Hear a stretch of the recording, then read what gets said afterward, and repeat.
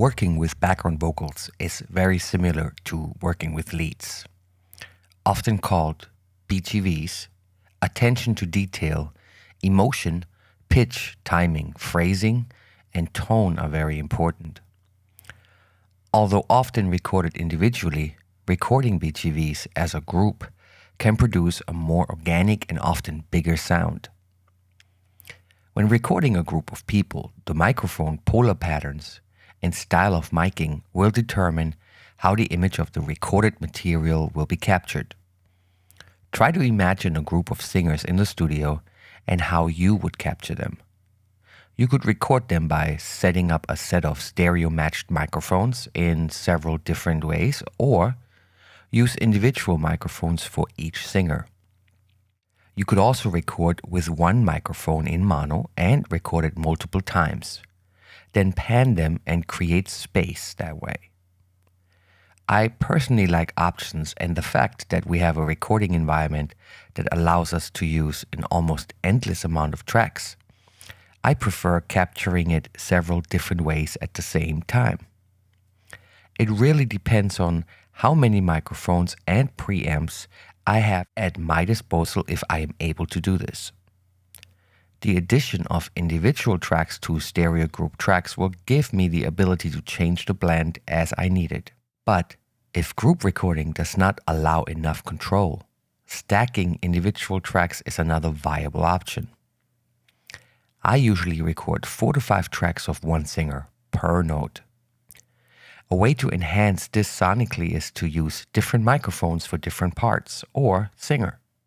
Each microphone has a distinctive sonic quality that, if added together, can enhance and enlarge the sound of the BGVs. Always consider that 16 individual singers performing together will always sound dramatically bigger than 16 tracks of just 4 singers. The negative aspect is that you cannot edit the pitch or the timing of any grouped singer or the blend of the singers with each other. Because the blend cannot be changed, it is important to check the blend in the room and work with the singer placement and distance from the microphone. Don't be afraid to tell singers to change position or sing louder or lower. You are in charge and it is your responsibility in the most polite way to arrange the singers in a way that gives you exactly what you are looking for and what works best for the song. Especially with choir recordings. It is common that a choir has stronger and weaker singers in regards to their ability, and it is your job to find the best singers in the group and make sure that they are leading the pack. Group recordings require a larger distance to the microphone and therefore result in recordings that contain much ambience. You should try to control the environment with blankets, gobos, and any other sound controlling tool at your disposal to ensure that the room has the best possible sound. Avoid rooms with big glass windows and tile floors since they tend to throw a lot of high frequencies back into the room. Let's recap the negative effects of recording in groups. 1. There is no way to edit the pitches, timing, phrasing of multiple voices. So what you hear is what you get. 2. You have to make sure that everybody is singing right at the same time, which I can tell you from my experience rarely happens. But here's the kicker. That little bit of off that you get from a group is actually the charm of it. It is exactly what makes it sound big and organic. Even when I record groups with stereo miking, I can control it by adding individual miking on top of it and therefore get the best of both worlds. No matter if you're recording lead or background vocals, certain techniques almost always apply. First, the headphone mix has to be just right for the singer to feel comfortable. I recommend to create a separate mix for your control room so you can hear what you need and a separate mix for them so they can hear what they need. Singers usually want the tracks very loud while sliding one side of the headphone slightly off the ear. If you would listen to the same mix, you would have a hard time listening to the performance properly. When you record doubles or triples for leads, or when you are recording background vocal stacks, Every track has to match all the other ones for that note and grow perfectly. The first track is the hardest, and it gets easier for the singer with each copy they create because they can hear themselves performing. You should play the first vocal when recording the first 4 copies and turn each copy lower than the first take so they hear one and the new take. When you are finished with the 4th or 5th, re-record the first one, listening to the last performance, because the singer has mastered it and can perform it better. Besides good pitch, timing, and tone, the pronunciation of words is very important if you want the listener to understand and connect with the song. While mostly genre independent, normal pronunciation is often not enough and when stacked can sound mumbled. Overpronouncing the words does not necessarily translate into the recording as one would expect and often sounds normal. Timing is also very important. Many singers, even the great ones, struggle with timing. One trick I learned many years ago when working with Backstreet Boys is to make sure your singers are moving. I don't mean moving as moving away from the microphone or moving around, but moving a limb. The wrist, the elbow, or the foot are all an easy way to get the singer to lock into the groove. Watch any instrumentalist and how their feet keep time. Singers have to find a way to do the same without causing any extra noise or vibrations in the room. Another thing to look out for are levels. Some engineers and producers record the vocals too hot or too close to peak level. Consider this. If you recorded at 16-bit and your input level was about minus 20 decibel, you only reduced the bit rate of the recording by a few bits, but reduced the quality. At 24 bits, however, recording at, let's say, minus 10 decibel, your bit reduction is less than 2 bits, which, in my opinion, is inaudible. The second reason is that you will have to reduce loudly recorded material excessively when subgrouping to avoid clipping the bus. The better the tracks match, the better they will sound. It's that simple. Watch out for the endings of notes and how they match between the stacked tracks. Especially on long notes like ahs and oohs. Give the singer an exact count to make sure all the tracks end together. Singers also have the tendency to get too relaxed singing the same parts over and over and let go of the energy they presented when they first started. It takes constant reminding and pushing to keep the singer's energy level up throughout the recording session. Breaks can help with this, and encouragement really goes a long way. If you ever get a chance to work with a choir, working on dynamics can be a fun experience and bring very cool arrangement elements to your production. Swells, soft and loud parts are just some ideas that can elevate an arrangement in a song. If you want to avoid dealing with all these additional vocal tracks in your mix session, you can bounce or record the BGVs after you properly edited them to a stereo track.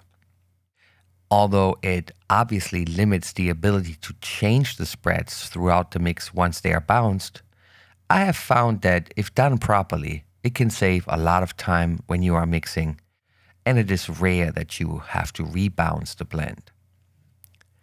Blending has a few techniques we should keep in mind. That melody would be what I call the lead harmony. It is easy to make the mistake of blending the harmonies as loud as the melody and therefore drowning the melody.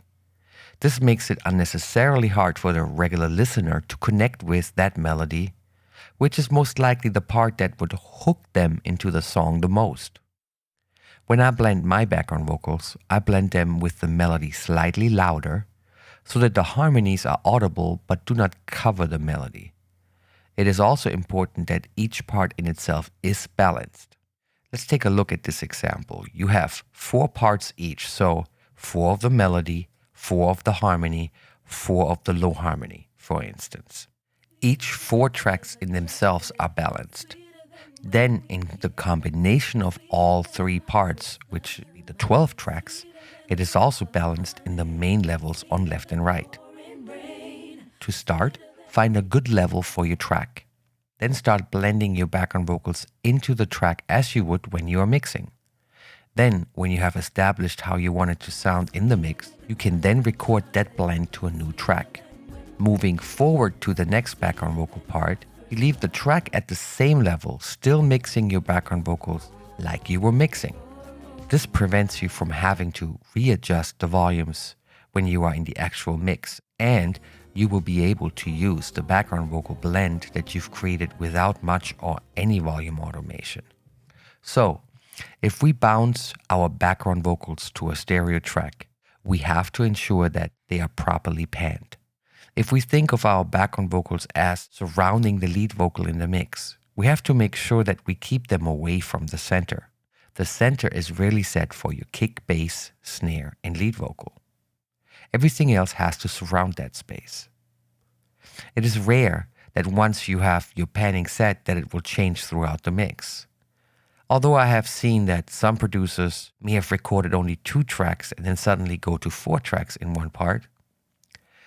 And it might slightly require you to change the imaging of those background vocals, specifically if it becomes an issue with uneven to even numbers, when it goes from 3 to 4 tracks, because the same panning would then cause an imbalance on left and right. Let me show you some examples here on different ways and methods of panning your background vocals in your mix, and hopefully this also inspires you to look at new ways and how to use panning in your mix. The importance here is that if you look at 1 and 2, this would be your hard left and right. The light gray area being the front of you and how you listen to sound in stereo. When sound goes into the back or dark gray area, you would consider them out of phase. This gray area, however, can be accessed if you are in binaural or surround mixing. But we are usually looking at a 180-degree half circle, which represents our stereo field. In this example, you see that 1, 2, 3, and 4 are panned hard, left, right. This could be any of the 3 harmony parts. I would assume the high part or the low part. Then you have 5, 6, 7, 8, which is panned a little bit, but still in a very close position to each other. And 9, 10, 11, 12 surrounds the center, which probably could be our melody. So your melody would not be the far one out. It would be the one closest to the center. That way it can connect with the lead vocal and it sounds like a unity even if the singer is ad-libbing or adding additional things to the melody. There are some genres, R&B music for instance, where all the background vocals are panned hard left and right. This can cause an issue with mono compatibility, where the panned background vocals drop significantly in level when collapsed to mono. The drop in level can be up to 4 dB and should be considered, not only when panning background vocals, but also any other instrument that is similar on both sides or phase coherent. That's why it's better to spread things out evenly. Although it's very wide and it leaves a lot of room for other instruments, it does leave you with the problem of mono incompatibility. The example of spread by voice is something that I use in gospel or when I work with choirs. If you look at a choir, it's usually the sopranos on the left, the tenors in the middle, and altos on the right. The same imaging method can be used when spreading your background vocals. It is a little harder to keep in balance throughout the song, while some sections might sing louder than others. So this might require quite a lot of automation in your levels and probably more compression. But if you look at 1, 2, 3, and 4, which is one section, this could be the sopranos. And you look at 5, 6, 7, 8, that could be your altos. Then 9, 10, 11, 12 could be the tenors. This would really sound more like a choir, and each voice would have an identifiable part for the listener. This is very different to the light spread, a method where we stay away from the far sides. While vocal 1, 2, 3, 4 are imaged around 8 o'clock to 2 o'clock, or let's maybe say 9 to 3 o'clock range, everything else fills the space between 9 and 11 o'clock and 1 to 3 o'clock.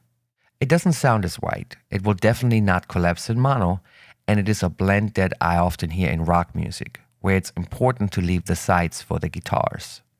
The vocals would be too far out on the sides, and it would be hard to distinguish or separate the vocals from the guitars. Spread mix. Now, this method I use all the time. It's kind of a combination of previous methods, and although it might look a little tricky, I will try to show you in a way that is easy to understand. Let's look at 1, 2, 3, 4. We have a hard pan left and right, 1 and 2, but the closeness to the middle represents that this part is a little louder than the other parts. It's a little closer to the listener position in the middle. Then I pan 3 and 4 to the 9:30 to 2:30 location. I take my 5 and 6, go hard left and right again, but probably just a little down in levels. Then 7 and 8 would be more in a 9 to 10 o'clock and 2 to 3 o'clock position. Same thing applies again to 9 and 10, and my 11 and 12 would be more in the 10 to 2 o'clock position. Basically, spreading out this entire range and mixing all the voices together. And this kind of method, except in here, we have the 1, 2, 3, 4 slightly to the left, which will probably be a low or high part. 5, 6, 7, 8 is spreading starting from 10 o'clock to 3 o'clock. And then our lead part of that harmony would be spread around the center between 10 and 2 o'clock, leaving the center open for the lead vocal.